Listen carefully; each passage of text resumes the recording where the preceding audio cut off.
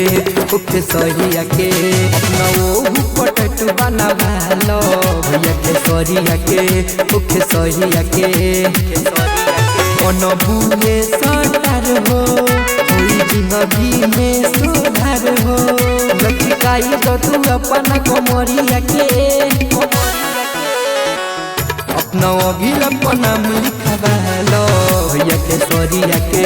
ओके सहिया के अपना वो पटट बनावालो भैया के सरिया के ओके सहिया के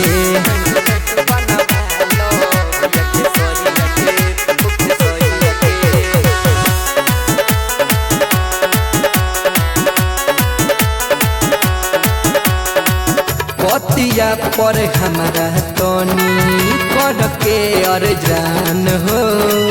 चल दिल से वायरल हुई तोहरो समान हो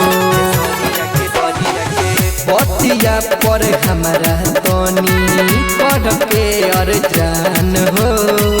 चल दिल से वायरल हुई तोहरो समान हो दूर हो जाई दुख हो मिली जिंदगी के सुख हो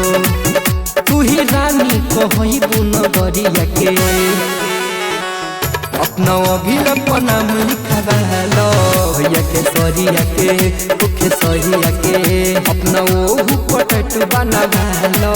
भैया के सरिया के ओके सहिया के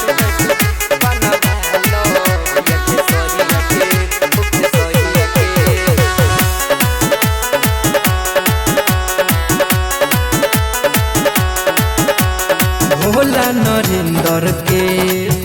पागजी कबेस्ट हो बात मानो हो रानी आज तू तबेस्ट हो भोला नरेंद्र के पागजी कबेस्ट हो बात मानो हो रानी आज तू तबेस्ट हो रोह दुलारे साथे होई मीठी बात हो फिर कोई गोरी सहरिया के अपना अगिल अपना लिखवालो भैया के सरिया के ओके सहिया के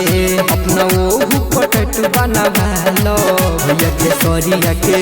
ओके सहिया के